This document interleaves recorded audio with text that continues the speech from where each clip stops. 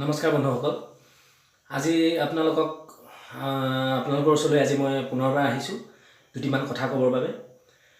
আজি যিহেতু জানে খন্তেক সময়ৰ পিছতে অৰ্থাৎ 9 বজাৰ লগে লগে ভাৰতৰ প্ৰধানমন্ত্ৰী শ্ৰদ্ধাৰ নৰেন্দ্ৰ মোদী ডাঙৰীয়াই সকলোকে আহ্বান জনাইছে 9 বাজি লগে লগে নিজৰ ঘৰৰ লাইটবোৰ নুমুৱাই দি সকলোৰে ঘৰৰ লাইটবোৰ নুমুৱাই দি 9 মিনিটৰ বাবে চাকি, টৰ্চ লাইট অথবা মমবাতিৰ পোহৰেৰে উজ্বলাই তুলিবৰ বাবে এইখিনি তেখেতে আহ্বান জনাইছে সমূহ ভাৰতবাসীক একত্ৰিত হৈ কৰোনাৰ বিৰুদ্ধে যুঁজ দিবৰ বাবে।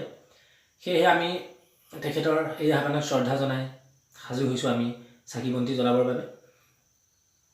আৰু মই আশা কৰিছোঁ সকলো ভাৰতবাসীয়ে তেখেতৰ এই আহ্বান মানি চলা উচিত।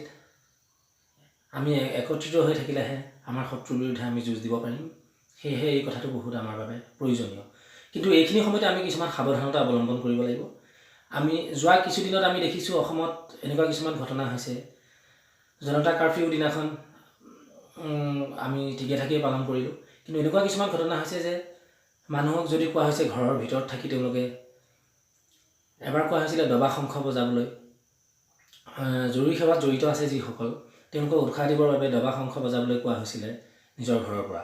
কিন্তু সেই নিজৰ ঘৰৰ পৰা নবজাই কিছু সংখ্যক লোক দেখা গৈছিলে ঘৰৰ বাহিৰলৈ ওলাই আহি সকলো একলগ হৈ পেলাই তেওঁলোকে কাঁহী বাতি বজাইছে, ঢোল বজাইছে, ফূৰ্তি কৰিছে, সামাজিক দূৰত্ব ৰক্ষা কৰা নাই। গতিকে এইবাৰ আমি সাৱধান হ'ব লাগিব। যোৱাবাৰ যিহেতু তেনেকুৱা হৈ গৈছে, গতিকে আমি আজি সাৱধান হ'ব লাগিব। আমি যাতে কোনো ঘৰৰ পৰা ওলাই নাহোঁ।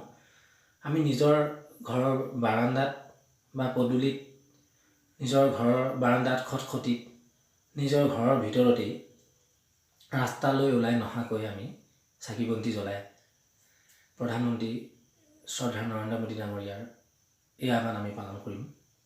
আৰু সকলোকে মই আহ্বান জনাম সকলোৱে যাতে পালন কৰে। আৰু আমি যিহেতু জুইৰ সংস্পৰ্শলৈ অহাৰ লগে লগে আমাৰ হাতখন আমি চেনিটাইজাৰে ধুই লৈ পেলাই যদি আমি মমবাতি জ্বলাওঁ বা চাকি জ্বলাওঁ তেতিয়া অঘটন হ'ব পাৰে। চেনিটাইজাৰ হাতত জুই লাগিব পাৰে। গতিকে চেনিটাইজাৰে নুধুই হাতখন চাবোনেৰে ধুয়েই আমি মমবাতি, চাকি এইবোৰ যাতে জ্বলাবলৈ আমি আগবাঢ়ি যাওঁ, সেইটোকে মই সকলোকে আহ্বান জনালোঁ। আৰু এইবোৰ জ্বলাওঁতে খুব সাৱধান হ'বলৈ আহ্বান জনালোঁ, যাতে পৰ্দাৰ ওচৰত মমবাতি বা এইবোৰ নলগায়। আৰু শেষত সকলোৱে এই আহ্বান মানক, আমিও মানিম। আজি ৰাতি 9 বাজিৰ লগে লগেই আহক, আমি সংকল্পবদ্ধ হওঁ, কৰোনাৰ বিৰুদ্ধে আমি সকলোৱে একত্ৰিত হৈ যুঁজ দিওঁ।